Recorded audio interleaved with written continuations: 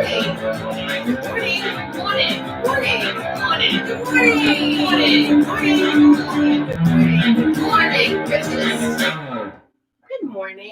Good morning, bitches. It's Tuesday. Quite a chilly Tuesday. Oh, heating came on. Yeah. Oh, wait, let's do this. But in more important news, we have coffee in these very exciting mugs. Cheers. You can't see. Oh, wait, neither of us can see. No, they're they're on both sides. Always thinking. So you have some very exciting new merch opportunities available for you. You could have your very own Good Morning Bitches coffee mug. Yeah, we're going to put them on the store on Thursday once we've worked out how much it costs to mail the coffee just mug. to let the world know how you feel in the morning. I think it's important, you know? Who doesn't love a novelty coffee mug?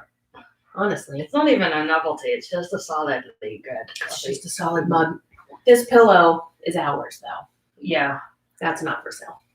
We got a little bit excited on Mr.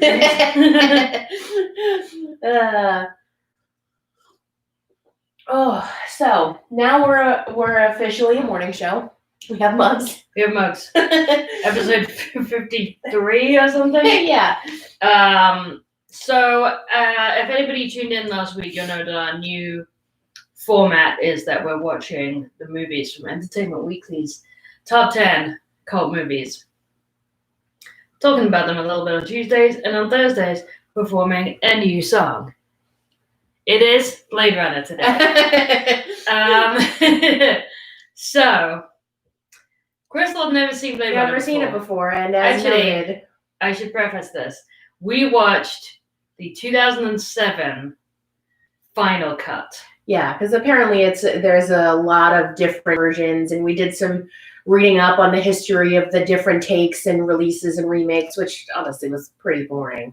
But I mean, if you're into it, if you like me were a teen that staked their self-respect on being a movie nerd for a while, a little bit of a cinephile, you will have known that there are multiple versions. I didn't know there were 7 versions. But there's only really two versions that you can get hold of, I think. Because I don't think I do have like a 6-disc DVD version of it in the basement. Why? Why so many discs? Because I think it has all the versions on it. I think it has the theatrical version, which I've never watched, which is the one that has the voiceover. Mm-hmm. Yeah. Anyway. I mean, so I have never seen it. I actually think I may have had it on VHS at one point in my life and just never watched it because I was like, the fuck is this? I don't know. Is also a movie that I had frequently gotten confused with Mad Max.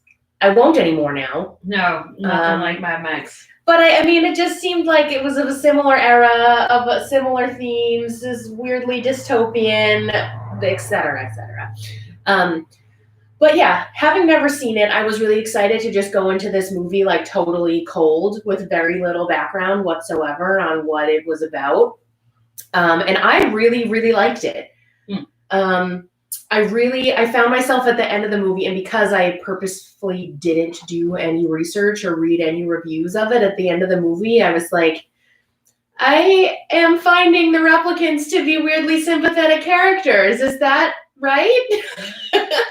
Yeah. But I think it is, and I think that's what makes the movie, one of the things that makes the movie so interesting, is that there's this constant kind of like questioning of what makes a human, like what is the role of emotions. And being a photo nerd, I was also like really interested in the role of photography in the movie, because they like clearly used photos to try to prove that people had memories. Yeah. And like, but they were all fake, or they had been staged, or I thought that was really interesting. I would like to know, does anybody out there know if this is the birth of the movie trope where people go, enhance. And then you can just zoom into a film? Yeah. I wonder if this is the first one. I don't know, maybe, because they really had it. That was the most laborious way of zooming into a photo. Yeah. Telling a 14-inch TV to move where around. to move. Yeah. Yeah. But yeah, I thought it was visually, it was really, really beautiful in a weird, kind of frightening, very dark way. But I think that is also what the movie is known for, is for its sort of visual effects. I loved the like shabby, futuristic Art Deco motifs. The costumes were cool. Like the outfits were all really great. But yeah, I honestly found the replicants to be the most interesting characters in the movie. Like even more so than Harrison Ford. Yeah, well, I mean, I think that like it's making a very big play for like a film noir. Yes, definitely. So he is very much an anti-hero anyway. But he wasn't like a sympathetic anti, and maybe you're not supposed to feel. I mean, they're not. Like, have you watched like Maltese Falcon or whatever? Yeah, but like there's something charming about those characters, even though they're like a little like meh. Is that nostalgia though? Or is it Humphrey Bogart just because he's Humphrey Bogart?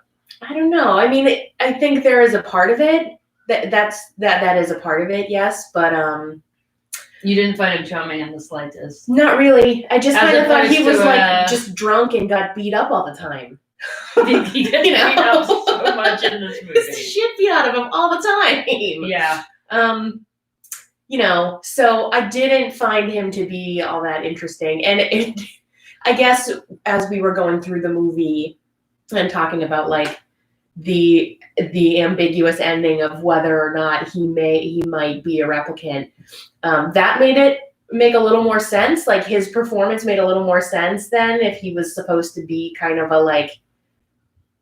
a prototype of a human or something, like that if he was a replicant then he didn't have the same emotional range that a human being would. He's just supposed to be like burnt out.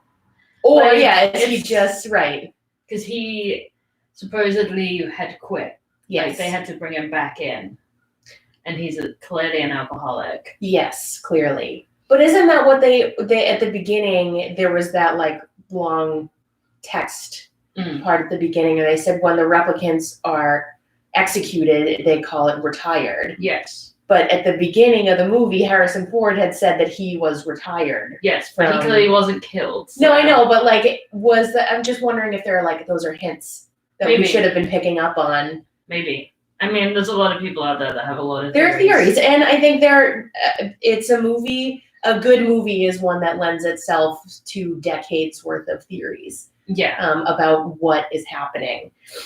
I mean, the one thing that like really stuck out with me this time, so I hadn't seen this movie for a long time, like at least a decade, possibly more. And like the relationship, the Deckard Rachel of it all is very weird and undrawn, I think, is the main problem with it. So they go away together, and I haven't seen that sequel that they made a couple of years ago, but I know that like part of the plot hinges on the idea that Deckard and Rachel like set up a life together. Mm-hmm.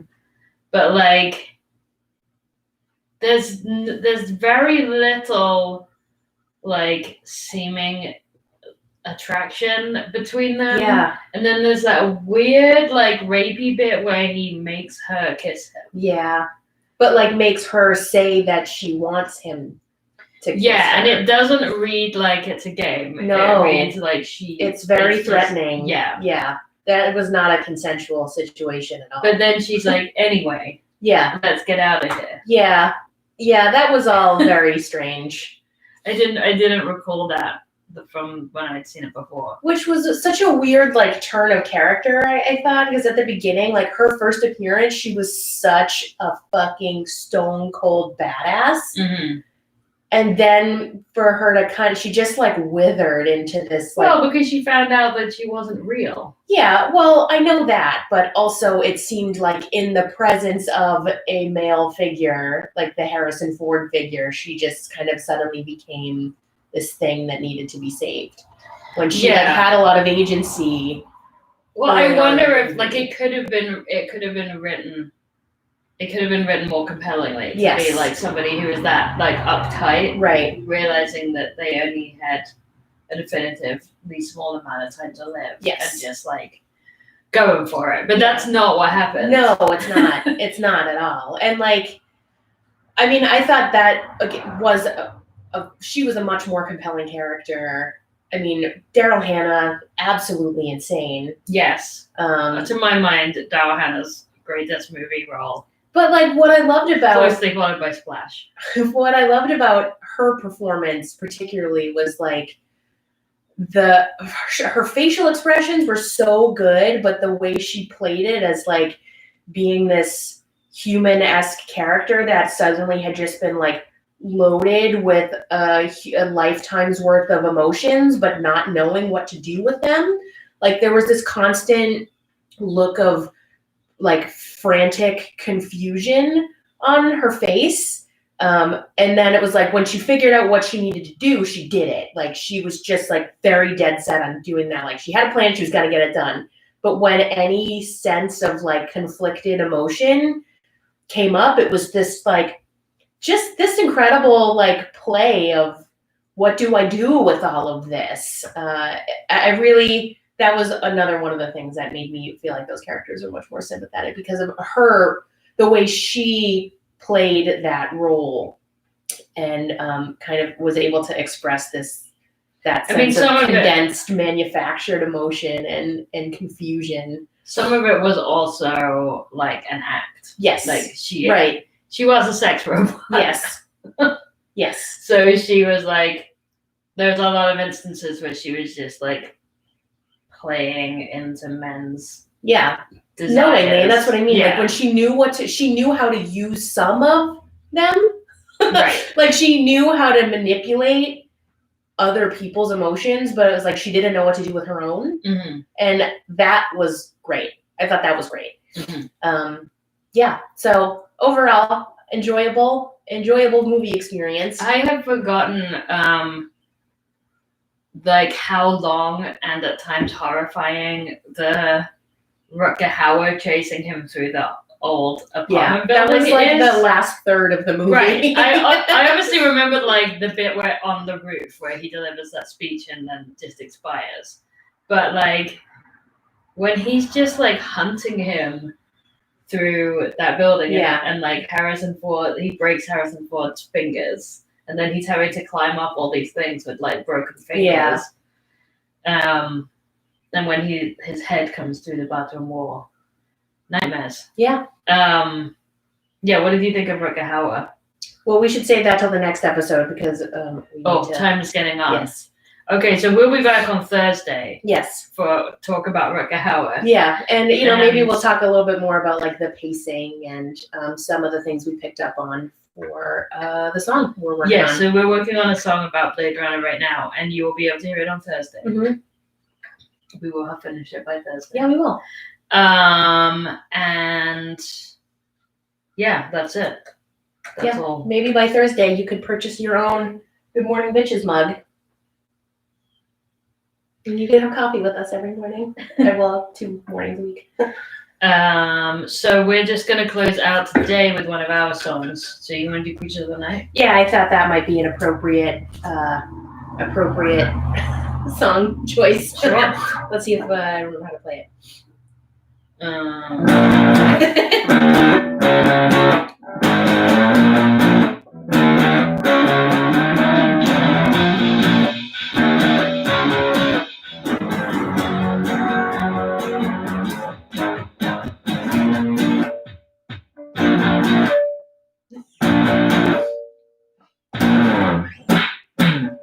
Let them say what they want to say about you. Let them say what they want to say all day. They think bitches don't mind. Catch them some other time. When the lights are low, they will run to hide from you. And you know it's true that it belongs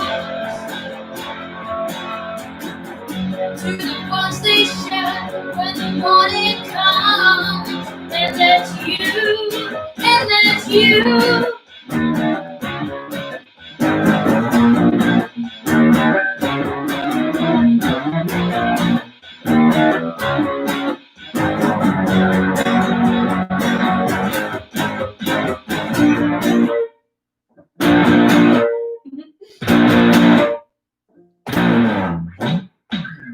People say what they say 'cause they don't know you. People say what they say 'cause they're afraid.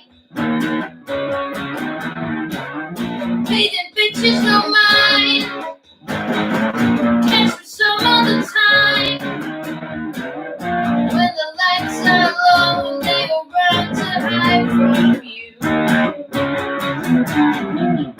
Let it go, it's true. I belong to the ones they shun when the morning comes, and that's you. And you know it's true, and I belong to the ones they shun when the morning comes, and that's you, and that's you,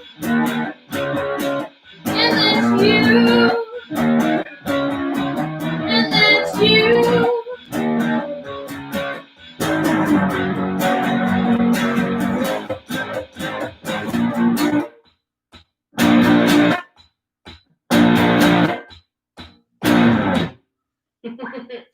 Yeah. All right. See you Thursday. Bye.